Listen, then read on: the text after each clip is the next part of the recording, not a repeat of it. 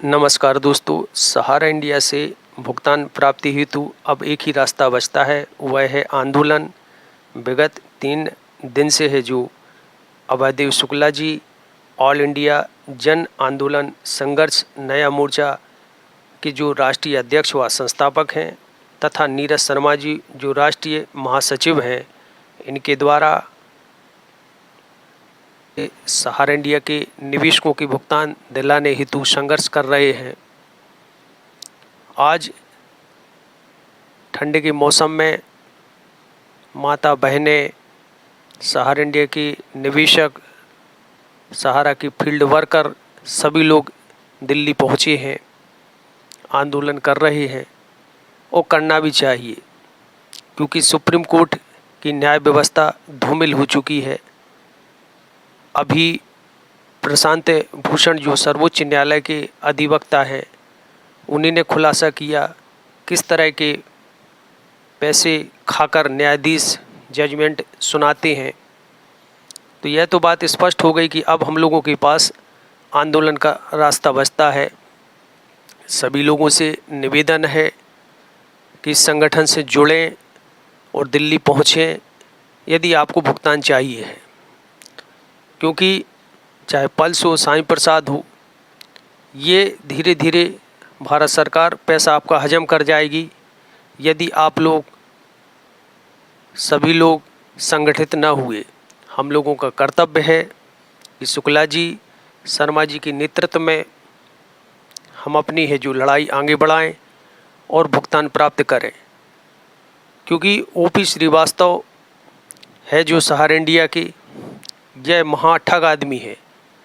यह है जो ज़मीन जगह सहारा इंडिया की प्रॉपर्टी बिक रही है, यह है जो इन्हीं न्यायाधीशों पर और नेताओं पर खर्च कर रहा है, जिस कारण है जो यह डेट पर डेट या तो न्यायाधीश छुट्टी ले लेते हैं या फिर है जो उसकी सुनवाई को टाल देते हैं।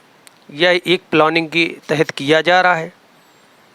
पोर्टल भी बड़ी बातें देकर, बड़े बड़े खौफ दिखाकर बनाया गया था, उसका भी पर्दाफाश हो चुका है कि इस पर बड़ी बातें की पाई पैसा दिया जाएगा। आज भी सांसद हों, विधायक हों, सब लोग लोकसभा विधानसभा में कहते हैं कि आपका 1-1 रुपये दिया जाएगा। वो अलग बात है कि अभी तक है जो 10,000 रुपये प्रथम किस्त भी किसी को प्राप्त नहीं हुई।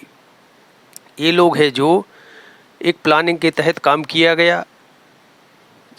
हाई कोर्ट की बहुत सी रेड लेकर सेंटर रजिस्ट्रार महोदय दिल्ली पहुंचे और भारत सरकार ने एक अपने ही कार्यकर्ता की पिटीशन पिनांग पानी मोहंती की बैकडेट में लगवाकर उस पर फैसला सुनवाया और इन पिटीशनों को है जो अलग करवा दिया।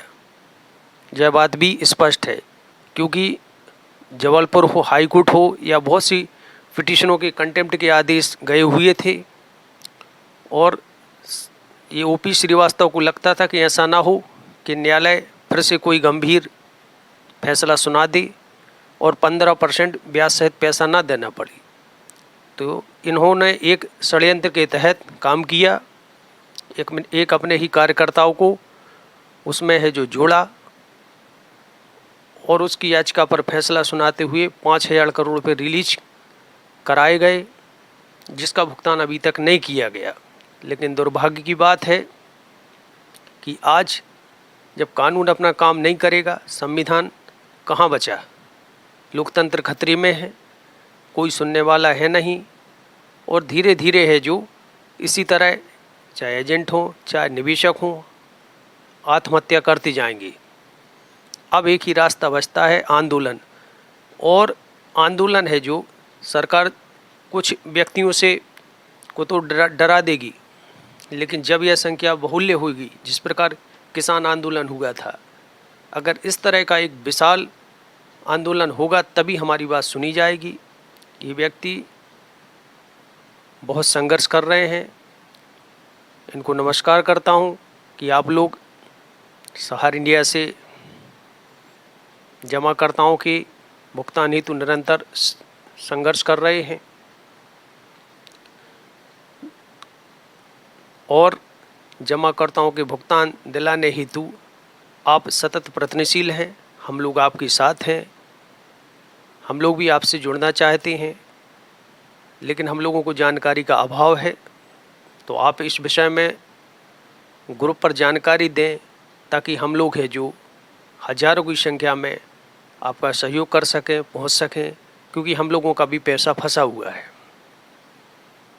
इसी बात के साथ मैं आगे यही कहना चाहूँगा कि सभी लोगों को आगे आना अति आवश्यक है। विशेष रूप से वर्तमान में दिल्ली के जो शहर इंडिया के निवेशक हैं, उनका परम कर्तव्य है कि आप नज़दीक हैं, आप लोग बहुल्य संख्या में इस संगठन का सहयोग करें, क्योंकि आपका भी भुगतान फंसा हुआ है। जय हिंद, जय भारत।